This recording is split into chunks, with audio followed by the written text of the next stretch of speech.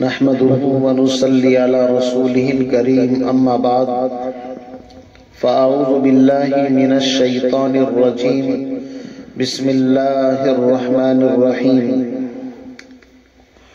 فإذا قضيت الصلاة فانتشروا في الأرض وابتغوا من فضل الله واذكروا الله كثيرا لعلكم تفلحون. وقال النبي صلى الله تعالى عليه وسلم التاجر الصدوق الأمين يوم القيامة مع النبيين والصديقين او كما قال علیہ الصلاة والسلام. عزیز بزرگوں، دوستو، بھائیو، میں حضرات علماء کرام، ائمہ عظام، مؤذنین، مدرسین، محتممین اور مدیرین، تمام ہی حضرات سے اس وقت ایک اہم گفتگو، ایک اہم مسئلے پر کرنے کے لیے جا رہا ہوں. اللہ رب العزت مجھے آپ کو ان باتوں پر صحیح طریقے سے عمل پیرا ہونے کی توفیق اور سعادت نصیب فرمائے. آج سوشل میڈیا کا زمانہ ہے، بات منٹوں سیکنڈوں کے اندر دنیا کے کونے کونے کے اندر پہنچ جاتی ہے. پوری دنیا آج گلوبل ولیج، ایک گاؤں کے مانند، ایک محلے کے مانند بن چکی ہے. مشرق میں کوئی بات کہی جائے تو مغرب میں وہ آواز پہنچ جاتی ہے، مغرب میں کہی جائے تو شمال و جنوب تک پہنچ جاتی ہے. الغرض آج میڈیا کا زمانہ ہے، اور پرنٹ میڈیا تو بہت پہلے سے، اب الیکٹرونک میڈیا جدید انداز کے اندر نت نئے مراحل سے گزر کر کے ترقی کی طرف چل رہا ہے اور بام عروج تک پہنچ رہا ہے، اور آئندہ کہاں تک پہنچے گا اللہ جانے. میرے بھائیو، مختلف تحریرات واٹس ایپ کے ذریعے سے یا اور دیگر ذرائع سے موصول ہوتی رہتی ہے. احقر بھی ان کو کبھی کبھی پڑھتا ہے. تو عام طور سے لوگوں کا نظریہ آپ نے دیکھا ہوگا یہ ہے کہ بھائی آج کے اس مہنگائی کے دور کے اندر، مہنگائی کے زمانے کے اندر، حضرات علماء، ائمہ، مؤذنین کی جو تنخواہیں ہیں وہ بہت کم ہیں.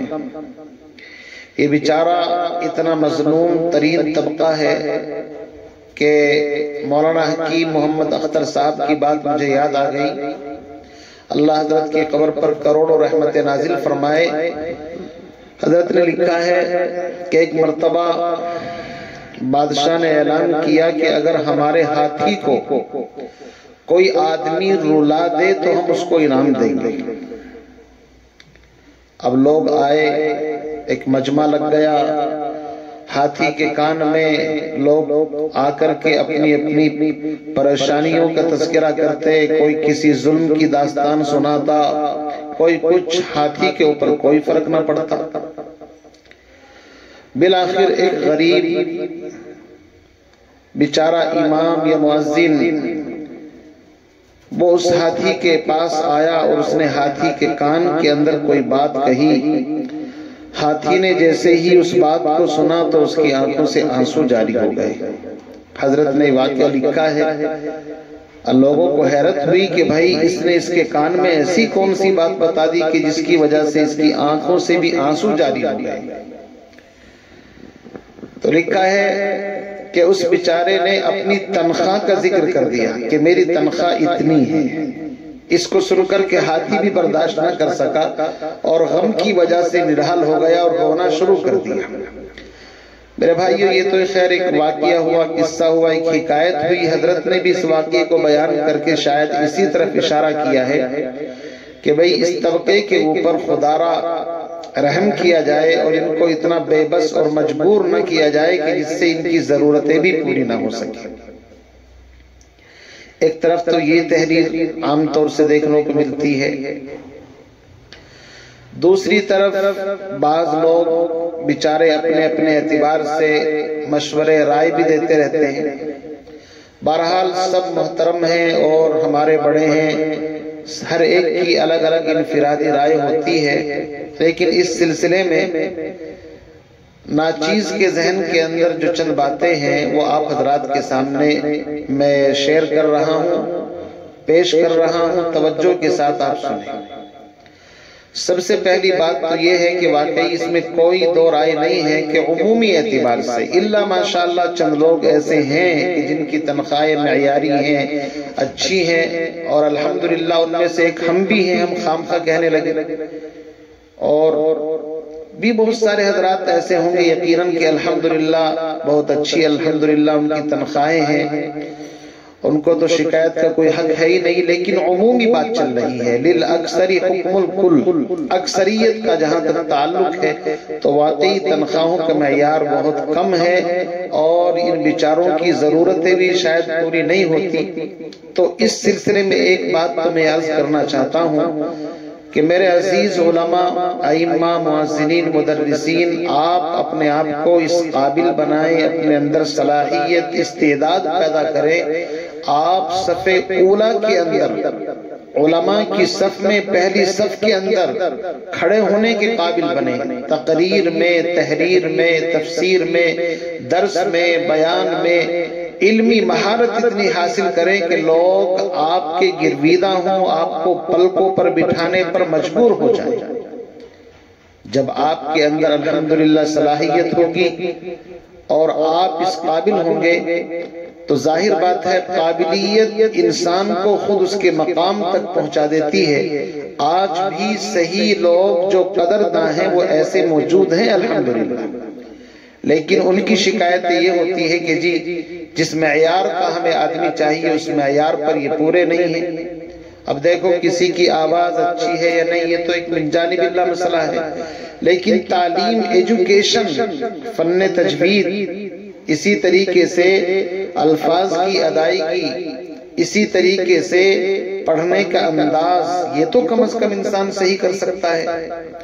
تو ہم کوشش کریں کہ اپنے فن کے اندر مہارت تامہ حاصل کریں تاکہ ہر انسان اس کی ضرورت بن جائے آپ کو پلکوں پر اور ہاتھوں پر بٹھانا۔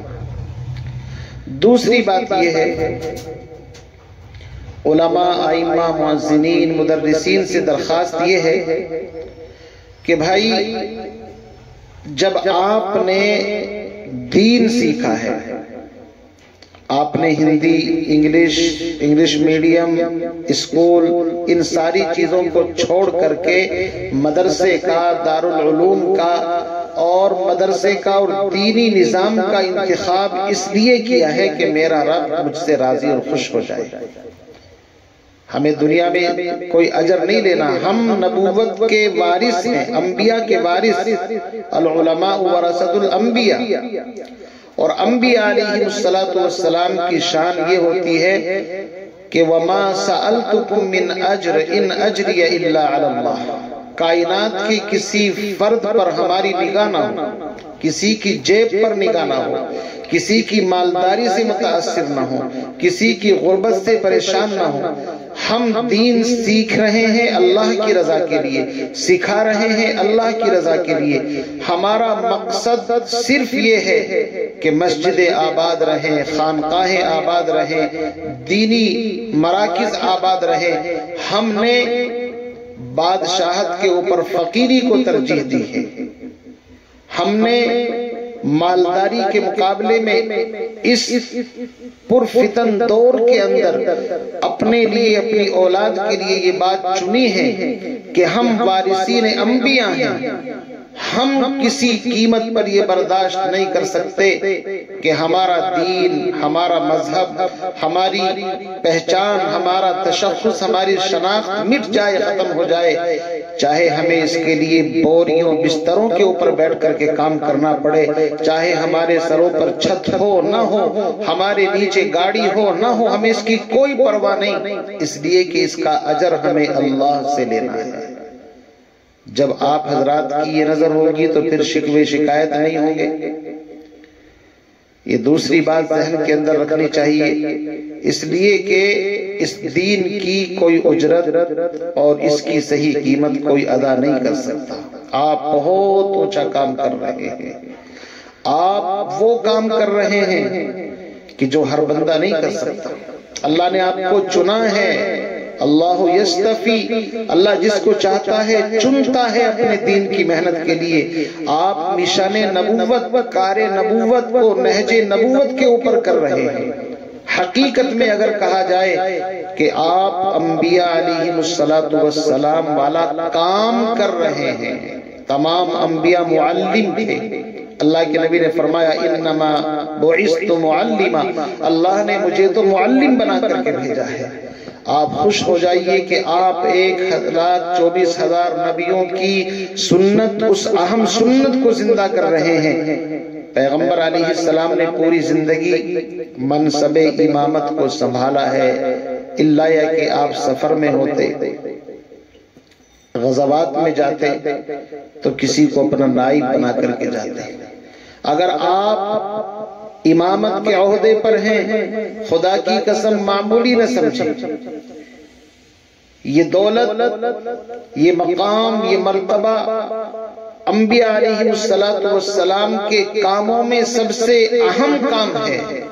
پیغمبر علیہ السلام کی دائمی سنت ہے کہ آپ مصلی کے اوپر ہیں، اس کی قدر کریں۔ اللہ نے آپ کو لوگوں کا امام بنایا ہے، لیکن امام کا مطلب امام ہوتا ہے، غلام نہیں ہوتا۔ آپ کسی امیر غریب کالے گورے کا کوئی فرق اپنے ذہن کے اندر نہ رکھے۔ آپ یہ سوچے ایک ہی صف میں کھڑے ہو گئے محمود و ایاز، نہ کوئی بندہ رہا نہ کوئی بندہ نواز۔ جب ہم اللہ اکبر کہہ کر کے ہاتھ کانوں تک اٹھا کر کے باندھتے ہیں، اشارہ اس طرف ہوتا ہے کہ اس کائنات میں بڑائی کے لائق اگر کوئی ذات ہے تو صرف ایک ہی ہے، وہ ہے اللہ اکبر، اللہ اکبر۔ کتنی مرتبہ ہم صدا لگاتے ہیں اللہ اکبر، اللہ اکبر، پھر بھی اگر کسی ٹرسٹی کا، کسی صدر کا، کسی سیکریٹری کا، کسی عام آدمی کا خوف آپ کے دل و دماغ کے اندر ہو، آپ یہ سمجھے یہ رزاق ہے، میری روزی کا مالک ہے۔ رب کعبہ کی قسم، کائنات کی ایک ایک مخلوق کو رزق پہنچانے والی ذات آسمانوں کے اوپر ہے، وہ ہے جس کو ہم اللہ کہتے ہیں، رب العالمین کہتے ہیں۔ قرآن پاک نہیں پڑھا آپ نے؟ وَمَا مِن دَابَّةٍ فِي الْأَرْضِ إِلَّا عَلَى اللَّهِ رِزْقُهَا، کائنات کی ایک ایک چیز کا رزق اللہ کے ذمے ہے۔ وَإِن مِّن شَيْءٍ إِلَّا عِندَنَا خَزَائِنُهُ وَمَا نُنَزِّلُهُ إِلَّا بِقَدَرٍ مَعْلُومٍ، ہر چیز کے خزانے ہمارے پاس ہیں، ان کو ہم ضرورت کے مطابق اتارتے ہی اللہ قرآن میں فرماتا ہے وَفِي السَّمَاءِ رِزْقُكُمْ وَمَا تُوعَدُونَ، جس رزق کا تم سے وعدہ کیا گیا ہے وہ رزق آسمانوں سے آتا ہے۔ اس لیے کسی سے مرعوب ہونے کی ضرورت نہیں، ہاں بے ادب بن جانے کی بھی ضرورت نہیں۔ ادب کے دائرے کے اندر ایک ضابطہ ہوتا ہے، کمیٹی اس کا کام مینجمنٹ سنبھالنا ہوتا ہے، امام کا کام اور ہوتا ہے، مؤذن کا کام اور ہوتا ہے، مدرس کا کام اور ہوتا ہے۔ ہمارے بڑوں کی کہاوت ہے کہ اپنا کام چھوڑو مت اور دوسرے کا کام چھیڑو مت۔ ٹرسٹ اپنا کام کرے جو اس کا کام کرنا ہے، آپ اپنا کام کریں، لیکن ادب و احترام کے دائرے میں کوئی بات کرنی ہے، تنخواہ کا مسئلہ ہے، چھٹی کا مسئلہ ہے، کوئی اور چیز ہے، تو ادب و احترام اور اخلاق سے آپ کو نیچے گرنے کی اجازت نہیں ہے۔ اخلاق کا دامن آپ کو تھامنا ہے، اس لیے کہ آپ معاشرے کے اندر آئیڈیل اور نمونہ ہیں۔ اگر آپ اپنے اخلاق سے نیچے گر رہے ہیں، بد اخلاقی کا مظاہرہ کر رہے ہیں، پھر دوسرے سے کیا توقع کریں گے؟ اسی کے ساتھ ساتھ اپنی معیشت کو مضبوط کرنے کے لیے آپ حضرات فارغ وقت کے اندر ایسی تجارت کی جس سے مسجد مدرسے کا نقصان نہ ہو. یہ میں شرط اس لیے لگا رہا ہوں اس لیے کہ تجارت بھی وقت مانگتی ہے. آپ اگر تجارت میں مشغول ہو گئے، ادھر درس کا وقت ہے، آپ درس میں نہیں بلکہ تجارت کے اندر ذہناً گھوم رہے ہیں اور اپنا حساب کتاب وہاں پر لگا رہے ہیں، آمد کا، خرچ کا، بیچنے کا، نفع کا، نقصان کا، تو اب آپ وَيْلٌ لِّلْمُطَفِّفِينَ الَّذِينَ إِذَا اكْتَالُوا عَلَى النَّاسِ يَسْتَوْفُونَ اس کی آپ وعید کے اندر داخل ہو گئے کہ ہلاکت ہے ناپ تول میں کمی کرنے والوں کے لیے. ہم جب مسجد مدرسے کو سنبھالتے ہیں ایک عہد کرتے ہیں کہ اتنا وقت ہم مسجد کو دیں گے، بچوں کو دیں گے. اس وقت میں اگر آپ تجارت کی وجہ سے کمی کریں گے تو اللہ کے یہاں آپ مجرم شمار ہوں گے. اس لیے میرے بھائیوں ایسی تجارت کہ جس سے آپ کے مسجد مدرسے کے کام کو نقصان نہ ہو. اور یہ بھی کوئی ضروری نہیں ہے کہ سب مدرسوں سے پڑھ کر کے مسجد مدرسے خانقاہوں کو ہی آباد کریں، بلکہ اللہ نے جس کو اس کام کے لیے سلیکٹ کیا ہے، چنا ہے، باصلاحیت ہے، وہ اس کے اندر چلے جائے. آپ نے دین سیکھا ہے اللہ کو راضی کرنے کے لیے، خوش کرنے کے لیے. آپ کوئی حلال روزگار تجارت اس کے اندر جڑ جائیے، کوئی قباحت نہیں ہے. میں نے جو حدیث پڑھی ہے کہ التاجر الصدوق الامین مع النبیین والصدیقین، سچا تاجر کل قیامت کے دن انبیاء اور شہداء کی صف میں ان کے ساتھ کھڑا کیا جائے گا. کتنا اونچا مقام. میرے عزیز بزرگوں بھائیوں، گلے شکوے واٹس ایپ پر لکھ کر کے بھیج دینا، ان سے کوئی فائدہ نہیں ہوگا. عملی اعتبار سے آپ قدم بڑھائیں. اللہ کی زمین وسیع ہے، اس کے اندر بڑی کشادگی ہے. آپ اخلاص کے ساتھ انشاءاللہ جہاں پر، جس جگہ پر، جس شعبے کے اندر محنت کریں گے اللہ رب العزت آپ کو ضرور کامیابی عطا فرمائے گا. آپ خود کفیل بننے کی کوشش کریں. علماء کو چاہیے کہ وہ سادہ رہیں. سادہ ہونا ایک الگ چیز ہے، لیکن اس کا مطلب یہ نہیں کہ پھٹے چپل، پھٹے ہوئے کپڑے، الوس جلوس داڑھی، نہ ٹوپی کا پتہ نہ کپڑوں کا پتہ، اور اس سے کوئی فائدہ نہیں. اس سے نقصان یہ ہوتا ہے کہ امراء اور مالدار طبقہ اپنے بچوں کو عالم حافظ نہیں بناتا. جب وہ یہ دیکھتا ہے کہ بھئی معاشرے میں ان کا حال تو یہ ہے تو وہ کیوں جائے گا ادھر. آپ کو اللہ نے نعمتیں دی ہیں، آپ کو اللہ نے خوشحالی عطا فرمائی ہے، تو سب سے پہلے اس پیسے کو کھانے پر، پینے پر، پہننے پر خرچ کرنے کی کوشش کریں اور اس کے اندر سے بچائیں. تو اس کے لیے اللہ نے آپ کو سواری اچھی رکھو اپنے پاس. اللہ نے اگر توفیق دی ہے اچھا مکان بناؤ، کوئی برائی نہیں. ایک صحابی نے پیغمبر علیہ السلام سے پوچھا تھا، انسان اچھا کپڑا پہنتا ہے، اچھا جوتا پہنتا ہے، اچھا لباس پہنتا ہے، کیا یہ تکبر ہے؟ آپ نے فرمایا نہیں، ان اللہ جمیل یحب الجمال. اللہ اسمارٹ، خوبصورت ہیں، خوبصورتی تو ان کو پسند ہے. طہارت، نظافت، پاکیزگی آدھا ایمان ہے، اسلام کے اندر پسندیدہ چیز ہے. یا بنی آدم خذوا زینتکم عند کل مسجد. اللہ خود قرآن میں فرماتا ہے نماز کے لیے جاؤ تو زینت، پاکیزگی حاصل کرو، خوشبو لگاؤ، اچھے کپڑے پہنو، طہارت، نظافت. کتنا اہتمام فرمایا گیا ہے. پھر فرمایا الکبر بطر الحق وغمط الناس. کبر دو چیزوں سے بنتا ہے، حق بات کو جھٹلانا اور لوگوں کو حقیر سمجھنا. اس سے کبر بنتا ہے.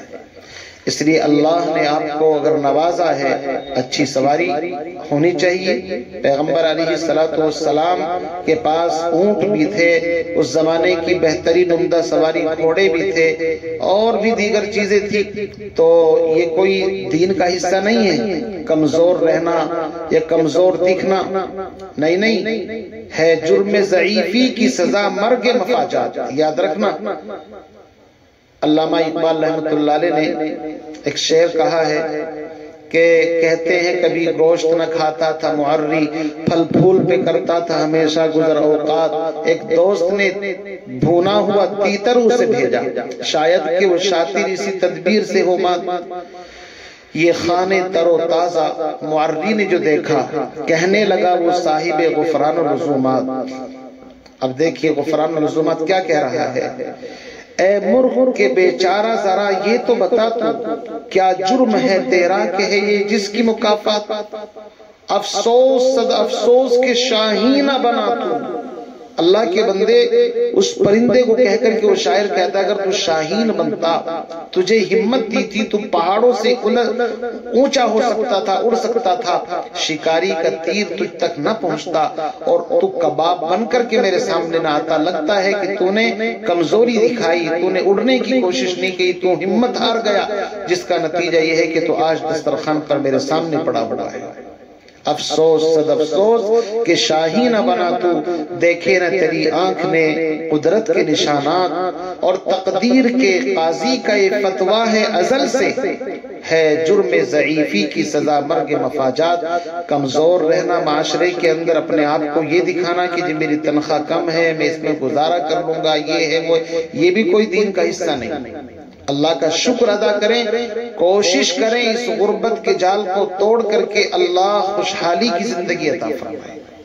میرے عزیز بزرگوں بھائیوں، اس کے لیے آپ تجارت کے راستے پر، لیکن یاد رکھیے اپنے مال کی حفاظت بھی ضروری ہے۔ آج کل مارکیٹ میں ایسے بہت سارے جال لوگوں نے پھینک رکھے ہیں کہ آپ کو سال میں 6 مہینے میں ڈبل کر دیا جائے گا، اتنے ممبروں کو آپ جوڑو گے تو اس کا جو پروفٹ ہوگا اتنے فیصد آپ کو نفع ملے گا۔ یہ ہے پہلی بات تو یہ سب چیزیں حلال نہیں ہیں۔ ایک عالم کو تو ان کا سوال ہی پیدا نہیں ہوتا۔ ایک عالم کا میرے پاس فون آیا تھا، میں نے ان کو خود سمجھایا کہ بھئی آپ اللہ کے بندے کیا کر رہے ہیں، تو عوام ان کو بھی سمجھائیں، آپ اپنے پیسے کو اللہ نے جتنا سرمایہ دیا ہے اس کو حفاظت کے ساتھ کسی جگہ انویسٹ کریں، حلال ہو اس کی تحقیق کریں، اللہ اسی کے اندر برکت دے گا۔ میرے بھائیوں، لوگوں کو بدگمانی کا موقع نہ دیں۔ بہت سارے لوگ ویسے تو بدگمان بھی ہوتے ہیں، اگر کسی کو خوشحال دیکھ لے تو اس کے بارے میں بدگمانی، بھائی وہ بدگمانی کر کے اپنی آخرت خراب کر رہے ہیں۔ اللہ رب العزت نے آپ کو یہ موقع دیا ہے، آپ تجارت کے اندر ایک گروپ بنائیے، 2 4 5 مل کر کے کوئی زمین خریدے، کوئی چیز خریدے، پلاٹ خریدیں، جہاں آپ اپنے پیسہ لگا سکتے ہیں اپنی نگرانی کے اندر لگائیں، آگے بڑھیں۔ اور بھائی یہ 20 سے لے کر کے 40 50 سال تک کی عمر جو ہے اس کے اندر خوب محنت کریں، اس لیے کہ اگر آپ نے اس جوانی کو گھومنے پھرنے کے اندر، لہو و لعب کے اندر گزار دیا، جیسے کہ وہ مولانا اسماعیل نے اپنی کتاب میں ایک شعر لکھا ہے کہ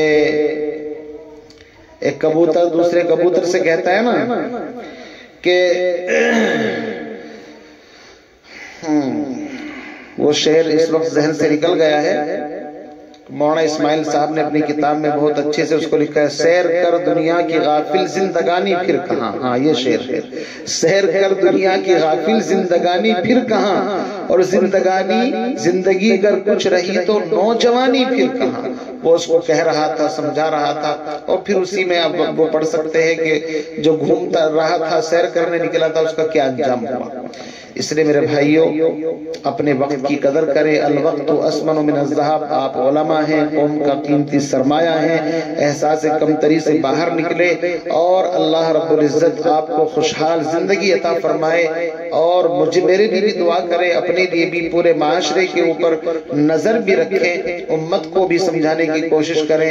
اللہ مجھے بھی آپ کو بھی برائیوں سے محفوظ فرمائے۔ تو بہرحال سب سے پہلے کوشش یہ کریں اپنے اندر صلاحیت پیدا کریں تاکہ پہلی صف کے اندر ہم جگہ حاصل کر سکیں جہاں پر اچھی تنخواہیں دی جاتی ہیں۔ دوسرے نمبر پر اگر ابھی وہاں تک نہیں پہنچے، کہیں پر کام کر رہے ہیں، صبر و شکر کے ساتھ کام کرتے رہے، اللہ کا شکر ادا کرتے رہے، ناشکری بالکل نہ کریں، اور کوشش کریں کہ فارغ وقت میں کوئی ایسی تجارت کہ جس سے ہمارا دین کا نقصان نہ ہو۔ دیکھو یاد رکھو دین سے بڑھ کر کے کوئی کام نہیں ہے. اللہ نے دین سکھایا ہے, سکھاتے سکھاتے اگر دنیا سے چلے گئے تو اس سے بڑی کوئی کامیابی نہیں ہے. اس لیے کہ موت تو ہر ایک کو آنی ہے, اور جو جس کام کے اندر لگا رہے گا موت اسی کے اندر آتی ہے اس کی. تو بہرحال اپنے آپ کو افضل ترین, لیکن اگر یہ کہ آپ کا کوئی مشغلہ ہے تجارت کا, زراعت کا, کوئی اس کا, تو اس کو بھی حقیر نہ سمجھے. اللہ رب العزت نے جیسی توفیق جس کو دی ہے وہ اس اعتبار سے کوشش کرے. اللہ تعالیٰ مجھے بھی آپ کو بھی کہنے سننے سے زیادہ عمل کی توفیق نصیب فرمائے. وآخر دعوانا ان الحمدللہ رب العالمین.